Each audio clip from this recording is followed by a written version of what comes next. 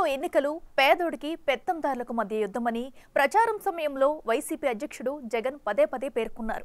అలాంటైన తిరిగి అధికారంలోకి వస్తానన్న ధీమాతో విశాఖ ఋషికొండపై నివాసానికి నిర్మింపచేసుకున్న ప్యాలెస్ అందర్నీ ఆశ్చర్యానికి గురిచేసింది. కూటమి ప్రభుత్వానికి ఇప్పుడది వైట్ ఎలిఫెంట్లా మారింది. దాని నిర్మాణానికి ఋషికొండపై కోలగొట్టిన కాటేజీలు అప్పట్లో అసలు ఏం జరిగిందన్న దానిపై ప్రభుత్వం విచారణ జరిపిస్తుంది. అయితే ఆ ఎంక్వైరీ టీంలో ఉన్న అధికారులు ఇంకా వైసీపీ విధేయత ప్రదర్శిస్తుండటంతో నిజాలు మరుగున పడిపోతున్నాయన్న అనుమానాలు వ్యక్తమవుతున్నాయి.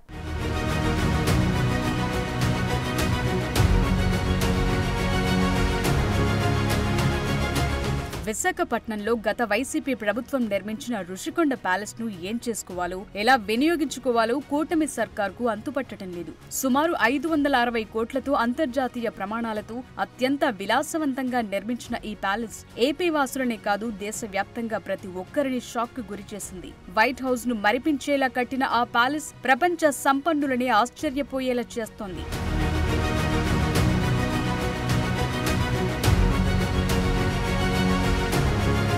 ఋషికొండ పర్యాటక కేంద్రంగా విశాఖకు తలమానికంగా నిలుస్తుంది. వైసీపీ సర్కారు ఏర్పడే నాటికి ఋషికొండపై పర్యాటకుల సౌకర్యార్థం పలు కాటేజీలున్నాయి. అధికారంలోకొచ్చాక జగన్ కన్ను ఋషికొండపై పడింది. ప్యాలెస్లలో ఉండటానికి మాత్రమే ఇష్టపడే మాజీ ముఖ్యమంత్రి తాడేపల్లిలో నివాసానికి కూడా రాజభవనమే కట్టించుకున్నారు. విశాఖను ఎగ్జిక్యూటివ్ క్యాపిటల్ గా ప్రకటించిన జగన్ అక్కడి నుంచి పాలన సాగించాలని ఫిక్స్ అయ్యారు.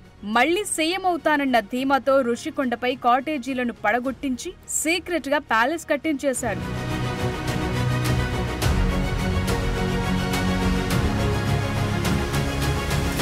ప్రతిపక్షాల్ని, ప్రజల్ని ఎవ్వరినీ కొండ దరిదాపుల్లోకి కూడా రానియకుండా వైసీపీ నాయకులకే కాంట్రాక్ట్ ఇచ్చి 7 భవన సముదాయాలను పూర్తి చేయించారు.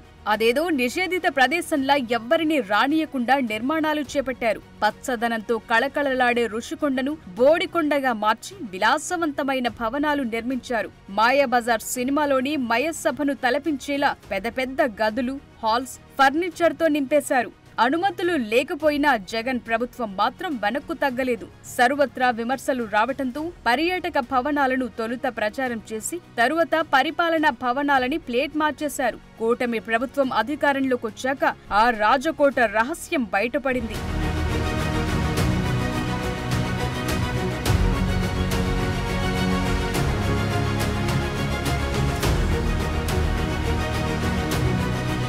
ఆ మయసభ వైభోగం బయటపడగానే ముఖ్యమంత్రి చంద్రబాబు సైతం ఆశ్చర్యపోయారు. అంతటి పాలన అనుభవం ఉన్న సిబిఎన్ని ఆ ప్యాలెస్ ను ఎలా వినియోగించుకోవాలో అంతుపట్టడం లేదంటున్నారు. దాన్నేం చేయాలో మీరే చెప్పండని ప్రజల్నే కోరుతున్నారు. ఆ క్రమంలో అప్పట్లో కాటేజీల కూల్చివేత, అక్రమ కట్టడాలపై విచారణకు ఆదేశించారు. ఋషికొండ ప్యాలెస్ ఏం చేయాలని ఒక వ్యక్తికుండే అహంభావం 500 కోట్ల రూపాయలు ఖర్చు పెట్టి కొండంతా కొట్టేసి, ఒకప్పుడు ఋషికొండ అంటే మనకు ఒక హిస్టారికల్ ఇంపార్టెన్స్ ఉండే ప్లేస్ని, అలాంటి దాన్ని కొట్టేసి అక్కడ ప్యాలెస్ కట్టుకున్నాడు. ఆ ప్యాలెస్ కట్టుకోవడం ఇప్పుడు వాళ్ళ నాయకులు చెప్తున్నారు. ఎందుకు కట్టారంటే ప్రధానమంత్రి, ప్రెసిడెంట్ ఆఫ్ ఇండియా వస్తారంట, వాళ్ళ కోసం నేను ప్యాలెస్ కట్టాడంట. అంటే ఇంకా మనం అందరం నమ్మాలి దిశ. అంటే ఈ రాష్ట్రంలో ఎక్కడికి పోతుందో నాకైతే అర్థం కావడం లేదు. శాశ్వతంగా కొంతమంది నాకు వచ్చి చెప్పారు, ఓసారి ఒక్కొక్క వ్యక్తి ఏ విధంగా తలుస్తారు, భగవంతుడు ఏ విధంగా నిర్ణయిస్తాడు అనేది ఇది ఒక ఉదాహరణ దిశ. 500 కోట్ల రూపాయలు టూరిజం డబ్బులు ఖర్చు పెట్టి బ్రహ్మాండంగా మిగిలిన డబ్బులన్నీ డైవర్ట్ చేసి ప్యాలెస్ కడితే అక్కడ కథలుగా చెప్తున్నారు. ఇంకా నేను కూడా మొత్తం డీటెయిల్స్ తెప్పించాలి, ముందు ప్రాధాన్యత క్రమంలో మిగిలిన పనులన్నీ చేస్తున్నాం. ఆ డబ్బులు ఆ ఉండే అందరూ ఒకసారి ఎమ్మెల్యేలు అందరిని తీసుకెళ్ళాలి. ఒకసారి హౌస్ కమిటీ అంతా ఈ అసెంబ్లీ అయినాక అందరం వెళదాం, మీతో కూడా కలిసి నేను కూడా చూస్తాను ఎందుకు కట్టారు ఆ ప్యాలెస్ ఏం చేయాలనో కూడా నాకు అర్థం కావడం లేదు. ఇప్పుడు ఎవరికి ఇవ్వాలి, ఏం చేయాలి, ఎట్లా ఉపయోగించాలని గత వైసీపీ ప్రభుత్వంలో జరిగిన అన్ని వ్యవహారాలపై కూటమి నేతలు ఆరోపణలు గుప్పిస్తున్నారు. ఇప్పుడు వాటిపై విచారణలు మొదలయ్యాయి. అయితే పర్యాటకాభివృద్ధి సంస్థలో కొందరు ఉన్నతాధికారులు గత వైసీపీ ప్రభుత్వంపై ఇంకా కృతజ్ఞత చాటుకుంటూనే ఉన్నారట. అప్పట్లో జరిగిన ఘోర తప్పిదాలు బయటకు రాకుండా అత్యంత జాగ్రత్తగా వ్యవహరిస్తున్నారంటున్నారు. గత ప్రభుత్వంలో జరిగిన వివిధ అక్రమాలపై అదే ప్రభుత్వంలో కీలక స్థానాల్లో పనిచేసిన అధికారులకి వారు విచారణ బాధ్యత అప్పగించడమే అందుకు నిదర్శనమంటున్నారు. విశాఖలో పలు పర్యాటక ప్రాజెక్టులను గత ప్రభుత్వం కొందరు ప్రైవేట్ వ్యక్తులకు అడ్డగోలుగా కట్టబెట్టిందన్నది ప్రధాన ఆరోపణ. అంతేకాక రుషికొండపై కాటేజీలు కూల్చేసినప్పుడు అందులోని కోట్ల విలువైన మంచాలు, సోఫాలు, ఏసీలు, డైనింగ్ టేబుళ్లు వంటివి అప్పటి అధికారులు కొందరు మాయం చేశారన్న ఆరోపణలున్నాయి. వాటిపై స్ట్రిక్ట్ ఆఫీసర్స్ తో విచారణ చేయించాల్సిన రాష్ట్ర పర్యాటకాభివృద్ధి సంస్థ ఉన్నతాధికారులు ఈ వ్యవహారాలను నీరుగార్చే ప్రయత్నం చేస్తున్నారన్న అనుమానాలు వ్యక్తమవుతున్నాయి.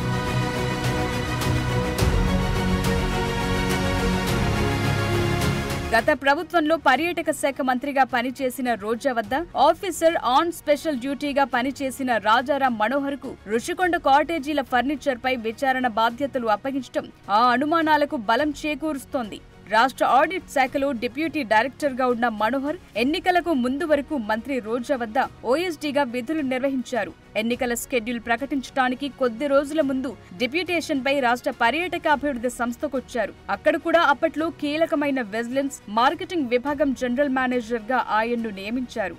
విశాఖలో ప్రాజెక్టులు ప్రైవేట్ వ్యక్తులకు అప్పగించిన పనులకు సంబంధించి మాజీ మంత్రి రోజా దగ్గర ఓఎస్డీగా పనిచేసిన ఆ అధికారితో విచారణ జరిపించాలని ఇటీవల ఉన్నతాధికారులు నిర్ణయించారు. దాంతో విశాఖలో ఏం జరిగిందన్న వాస్తవాలు వెలుగులోకి తేవాలన్న ఉద్దేశం ఉన్నతాధికారుల్లో ఉన్నట్లు కనిపించడం లేదంటున్నారు. విజిలెన్స్ విభాగంలోని మరికొందరు అధికారులు ఉద్యోగులతో కలిసి ఆ రోజా మాజీ ఓఎస్డీ తాజాగా విశాఖకు వెళ్లి తూతూ మంత్రంగా విచారణ జరిపారన్న విమర్శలు వ్యక్తమవుతున్నాయి. రోజా టూరిజం మినిస్టర్ గా ఉన్నప్పుడే రుషికొండ ప్యాలెస్ నిర్మాణం జరిగింది. మాజీ అయ్యాక రోజాపై కూడా వందల కోట్ల రూపాయల అవినీతి ఆరోపణలు వెల్లువెత్తుతున్నాయి. ఆమెపై కూడా రేపో మాపో విచారణ కమిషన్ వేసే అవకాశం ఉందంటున్నారు. అలాంటి రోజా దగ్గర పనిచేసిన అధికారిని ఇప్పుడు విచారణకు నియమించడంతో హై లెవెల్ బ్యూరోక్రాట్లపై లేనిపోని అనుమానాలు వ్యక్తమవుతున్నాయి. ఇప్పటికైనా విజిలెన్స్, ఈడీ, సిఐడి వంటి సంస్థలతో విచారణ చేస్తే గత ప్రభుత్వంలో జరిగిన బాగోతాలు బయటపడతాయన్న అభిప్రాయం వ్యక్తమవుతోంది. మరి ప్రభుత్వ పెద్దలు ఎలా రియాక్ట్ అవుతారో చూడాలి.